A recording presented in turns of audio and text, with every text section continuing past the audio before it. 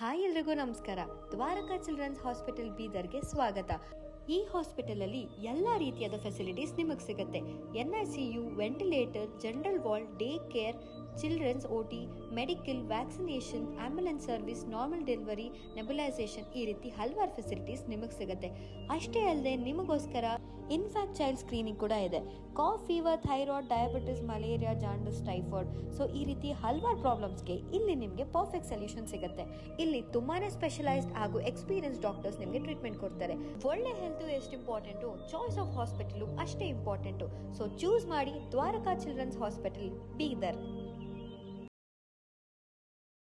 ನಮಸ್ಕಾರ, ನೀವು ನೋಡ್ತಾ ಇದ್ದೀರಾ ಸುದ್ದಿ ಸಮಯ ನ್ಯೂಸ್ ಚಾನಲ್. ಇದು ಲೋಕಲ್ ಎಕ್ಸ್ಪ್ರೆಸ್. ನಾನು ಮಹರ್ದೊಡ್ಡ ಅಕುಳಿಗೆ ಮತ್ತೆ ಹೊಸ ಸುದ್ದಿಗಳನ್ನು ತೆಗೆದುಕೊಂಡು ನಾವು ನಿಮ್ಮ ಮುಂದೆ ಬರ್ತಾ ಇದ್ದೀವಿ.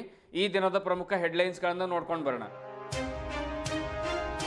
ಬೀದರ್ ಕೋಟೆ ಮೇಲೆ ಜರುಗಿದ ಸೂರ್ಯಕಿರಣ ವಿಮಾನಗಳಿಂದ ಆಕರ್ಷಕ air show. Team leader group captain Gurpreet Singh Dhillon ನೇತೃತ್ವದಲ್ಲಿ 9 ಸೂರ್ಯಕಿರಣ ವಿಮಾನಗಳಿಂದ ಆಕರ್ಷಕ ಪ್ರದರ್ಶನ.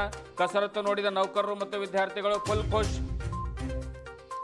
ಸೆಪ್ಟೆಂಬರ್ 23ರಂದು ನಗರದ ರಂಗಮಂದಿರದಲ್ಲಿ ರಾಜಮಾತಾ ಅಹಲ್ಯಾಬಾಯಿ ಹೋಳ್ಕರ್ ಅವರ ತ್ರಿಶಬ್ದಿ ಜನ್ಮದಿನ. ಸಕಲ ತಯಾರಿ ಮಾಡಲಾಗಿದೆ. ಕಾರ್ಯಕ್ರಮದಲ್ಲಿ ಪಾಲ್ಗೊಂಡು ಯಶಸ್ವಿಗೊಳಿಸಲು ನಾಗೇಶ್ ಚಿನ್ನಾರೆಡ್ಡಿ ಕೋರಿಕೆ. ಚಿಟಗುಪ್ಪ ತಾಲೂಕಿನ ಮನ್ನೈಖೇಳಿ ಪೊಲೀಸ್ ಠಾಣೆ ವ್ಯಾಪ್ತಿಯಲ್ಲಿ ಜರುಗಿದ ಘೋರ ಪ್ರಕರಣ. ಅನೈತಿಕ ಸಂಬಂಧದ ಹಿನ್ನೆಲೆಯಲ್ಲಿ ಮರ್ಮಾಂಗ ಕತ್ತರಿಸಲು ಪ್ರಯತ್ನಿಸಿದ ಆಗಂತುಕರು. ಮನ್ನೈಖೇಳಿ ಆಸ್ಪತ್ರೆಯಲ್ಲಿ ಚಿಕಿತ್ಸೆ. SP ಪ್ರದೀಪ್ ಗುಂಟಿ ಹೇಳಿಕೆ. ನಗರದ ನಾವದಗಿರಿಯ ಶುಕ್ಲತೀರ್ಥ ಮಂದಿರದಲ್ಲಿ ಜರುಗಿದ ನಮ್ಮೂರ ನಾವದಗಿರಿ ಜನಪದ ಉತ್ಸವ. ಗಮನ ಸೆಳೆದ ಬೆಂಗಳೂರಿನ ಡಾಕ್ಟರ್ ಜೀವನ್ ಸಾಬ್ ಬಿನ್ನಾಳ್ ಅವರ ಜನಪದ ಗಾಯನ. ಜೀವನ್ ಸಾಬ್ ಗಾಯನಕ್ಕೆ ತಲೆದೂಗಿದ ಪ್ರೇಕ್ಷಕರು. ಮಹಾಪ್ರಸಾದ ಸವಿದು ಧನ್ಯರಾದ ಭಕ್ತರು. ಇಂದಿನ ಒಂದಿಷ್ಟು ವಾರ್ತೆಗಳ ವಿವರಗಳನ್ನು ನೋಡ್ಕೊಂಡು ಬರೋಣ. ಭಾರತೀಯ ವಾಯುಪಡೆ ಬೀದರ್ನ ಸೂರ್ಯಕಿರಣ ವಿಮಾನಗಳ ಏರೋಬ್ಯಾಟಿಕ್ ಟೀಮ್ನಿಂದ ಬೀದರ್ ಕೋಟೆಯ ಮೇಲೆ ಶನಿವಾರ ಆಕರ್ಷಕ ಏರ್ ಶೋ ಜರುಗಿತ್ತು. ಸೂರ್ಯಕಿರಣ ವಿಮಾನಗಳ team leader group captain Gurpreet Singh Dhillon ನೇತೃತ್ವದಲ್ಲಿ ನಡೆದ ಏರ್ ಶೋ ಕಾರ್ಯಕ್ರಮದಲ್ಲಿ ಈ 9 ಸೂರ್ಯಕಿರಣ ವಿಮಾನಗಳು ವಿವಿಧ ರೀತಿಯಲ್ಲಿ ಆಕರ್ಷಕ ಪ್ರದರ್ಶನ ನೀಡುವ ಮೂಲಕ ನೋಡುಗರ ಕಣ್ಮನ ಸೆಳೆದವು.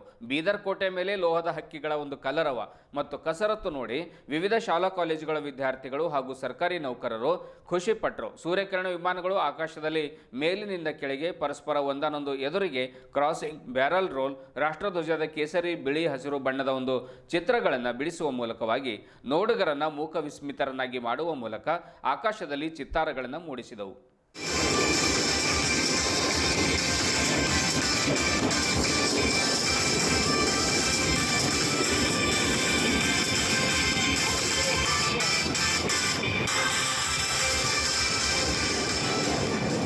और ये था हमारी टीम का एरियल सैल्यूट हमारे बीदर की ऑडियंस के लिए. आशा है कि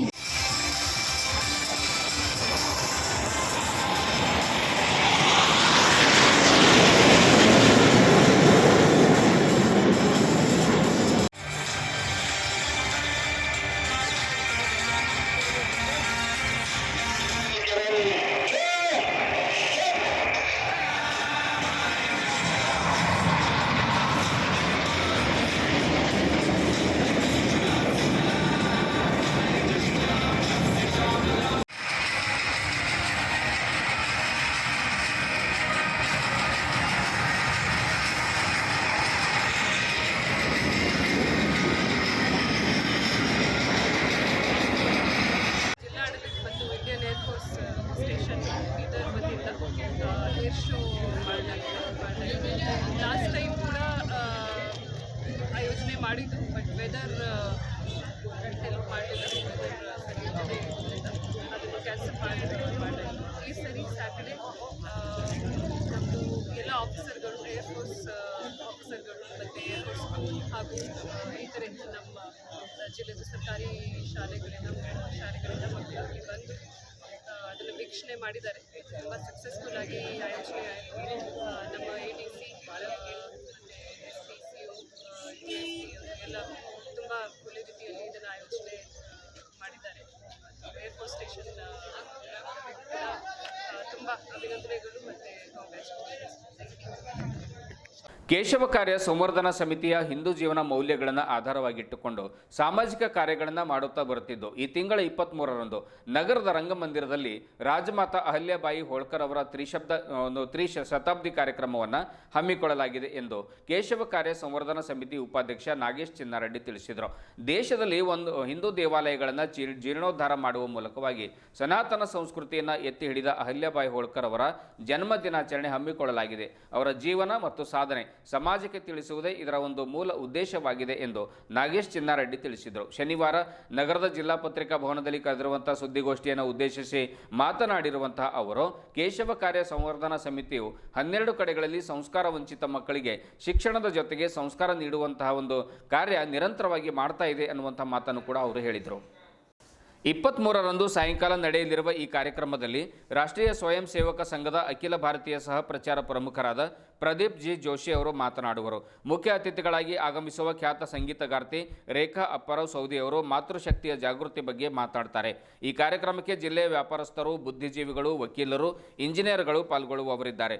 ಒಟ್ಟಾರೆ ಈ ಕಾರ್ಯಕ್ರಮದಲ್ಲಿ 1500ಕ್ಕೂ ಅಧಿಕ ಜನರು ಈ ಕಾರ್ಯಕ್ರಮಕ್ಕೆ ಸಾಕ್ಷಿಯಾಗಲಿದ್ದಾರೆ ಎಂದು ತಿಳಿಸಿದರು. ಸಮಿತಿಯ ಜಿಲ್ಲಾ ಅಧ್ಯಕ್ಷ ಮಾರುತಿ ಪಂಚಭಾಯ್ ಅವರು ಮಾತನಾಡಿ, ಅಹಲ್ಯಾಬಾಯಿ ತನಗಾಗಿ ದೇಶ ಆಗಲಿಲ್ಲ, ಬದಲಿಗೆ ಜನರಿಗಾಗಿ ದೇಶ ಸೇವೆ ಮಾಡಿದ್ದಾರೆ. ತನ್ನ ಸಾಕು ಮಗ ಒಮ್ಮೆ ವ್ಯಭಿಚಾರಕ್ಕೆ ಕೈ ಹಾಕಿದಾಗ ಆನೆ ಕಾಲಿಗೆ ಕಟ್ಟಿ ಶಿಕ್ಷೆ ನೀಡಿ ಕೊಲ್ಲಿಸಿದ ಧೀರ ಮಹಿಳೆ ಅವರು. ಅವರ ಜಯಂತಿ ಆಚರಿಸುತ್ತಿರುವುದು ನಮಗೆಲ್ಲ ಸನಾತನಿಗಳ ಒಂದು ಸೌಭಾಗ್ಯ ಎನ್ನುವಂಥ ಮಾತನ್ನು ಹೇಳಿದರು. ಸಮಿತಿಯ ಖಜಾಂಚಿ ಹನುಮಂತರಾವ್ ಪಾಟೀಲ್ ಮಾತನಾಡಿ, ಮಹಾರಾಷ್ಟ್ರದ ಒಂದು ಸಾಮಾನ್ಯ ಕುಟುಂಬದಲ್ಲಿ ಜನಿಸಿ ಮಲ್ಲಾರಿರಾವ್ ಅವರ ಸೊಸೆಯಾದ ಅವರ ಮಾವನ ಪ್ರೇರಣೆ ಪಡೆದು ಹಿಂದೂ ದೇವಾಲಯಗಳ ಜೀರ್ಣೋದ್ಧಾರ ಮಾಡಿದ್ದರು.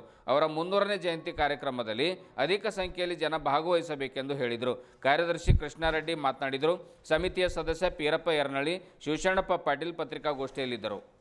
ಮಹಿಳೆಯೊಂದಿಗಿನ ಅನೈತಿಕ ಸಂಬಂಧ ಹೊಂದಿರುವಂತಹ ಹಿನ್ನೆಲೆಯಲ್ಲಿ ಮಹಿಳೆಯ ಕಡೆಯವರು ಅಕ್ರಮ ಸಂಬಂಧ ಇಟ್ಟುಕೊಂಡಿರುವಂತಹ ವ್ಯಕ್ತಿಯೋರ್ವನ ಮರ್ಮಾಂಗವನ್ನು ಕತ್ತರಿಸಲಿಕ್ಕೆ ಪ್ರಯತ್ನ ಮಾಡಿರುವಂತಹ ಘಟನೆ ಚಿಟಗುಪ್ಪ ತಾಲೂಕಿನ ಮನ್ನಾಯಿಖೇಳಿ ಪೊಲೀಸ್ ಠಾಣೆ ವ್ಯಾಪ್ತಿಯಲ್ಲಿ ಜರುಗಿದೆ. ಆಕ್ರೋಶಗೊಂಡ ಮಹಿಳೆಯ ಕಡೆಯವರು ಅಕ್ರಮ ಸಂಬಂಧ ಇಟ್ಟುಕೊಂಡಿದ್ದಾನೆ ಎನ್ನಲಾದ ವ್ಯಕ್ತಿಗೆ ಸುಮಾರು 3-4 ಜನ ಸೇರಿಕೊಂಡು ಚಾಕುವಿನಿಂದ ಇರಿದಿದ್ದಾರೆ. ಜೊತೆಗೆ ಆತನ ಮರ್ಮಾಂಗವನ್ನು ಕಟ್ ಮಾಡಲಿಕ್ಕೆ ಪ್ರಯತ್ನ ಮಾಡಿದ್ದಾರೆ.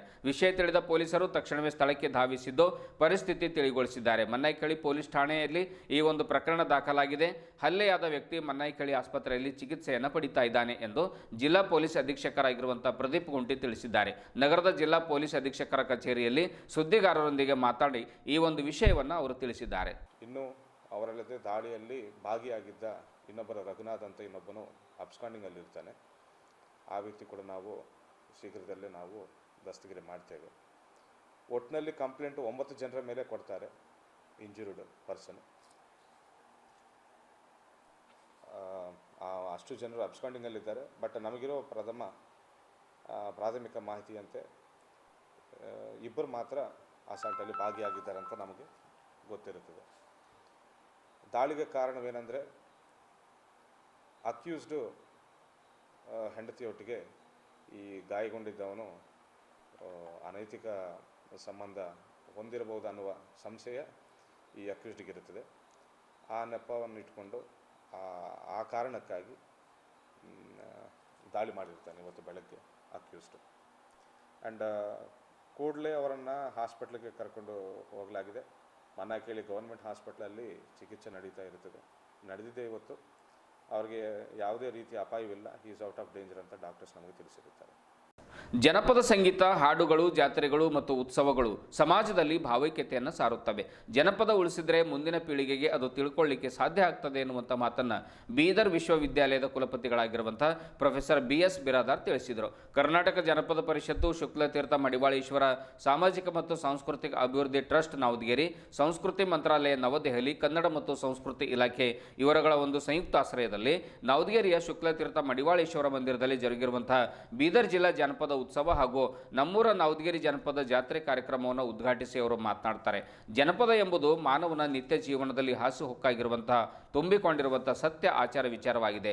ಜನಪದ ಇಲ್ಲದ ಮನುಷ್ಯನ ಆಚರಣೆಗಳು, ವಿಚಾರಗಳು ಅಪೂರ್ಣವಾಗಿರುತ್ತವೆ. ಈ ನಿಟ್ಟಿನಲ್ಲಿ ಕರ್ನಾಟಕ ಜಾನಪದ ಪರಿಷತ್ತು, ಶುಕ್ಲತೀರ್ಥ ಮಡಿವಾಳೇಶ್ವರ ಮಂದಿರ ಟ್ರಸ್ಟ್ ಮಾಡ್ತಾ ಇರುವಂತಹ ಒಂದು ಕಾರ್ಯ ನಿಜಕ್ಕೂ ಕೂಡ ಶ್ಲಾಘನೀಯ ಕಾರ್ಯವಾಗಿದೆ, ಸ್ಮರಣೀಯವಾಗಿದೆ ಅನ್ನುವಂಥ ಮಾತನ್ನು ಕೂಡ ಅವರು ಹೇಳಿದರು. ಬಳ್ಳಿ ಬೆಳೆಸುತ್ತ ನಾವು, ಗಿಡಮರದ ಬಳ್ಳಿ ಬೆಳೆಸುತ್ತ ನಾವು, ಪರಿಸರ ಉಳಿಸೋದು ಮರೆಯಬಾರದು ನಾವು, ಪರಿಸರ ಉಳಿಸೋದು ಮರೆಯಬಾರದು ನಾವು.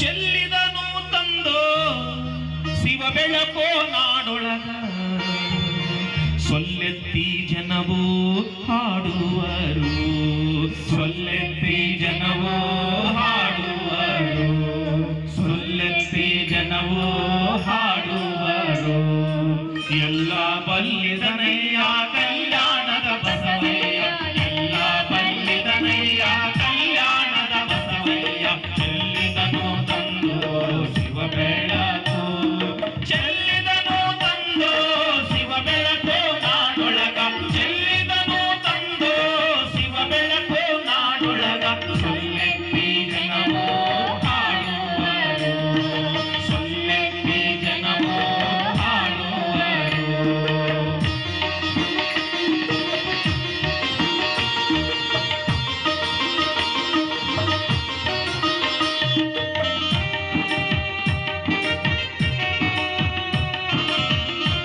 ಇದುವರೆಗೂ ಸುದ್ದಿ ಕೊಟ್ಟಿರುವ ನಾನು ಮಹರ್ದೊಡ ಕೊಳಗಿ ಮತ್ತೆ ಮುಂದಿನ ವಾರ್ತೆಗಳೊಂದಿಗೆ ಭೇಟಿಯಾಗೋಣ. ವಂದನೆಗಳು.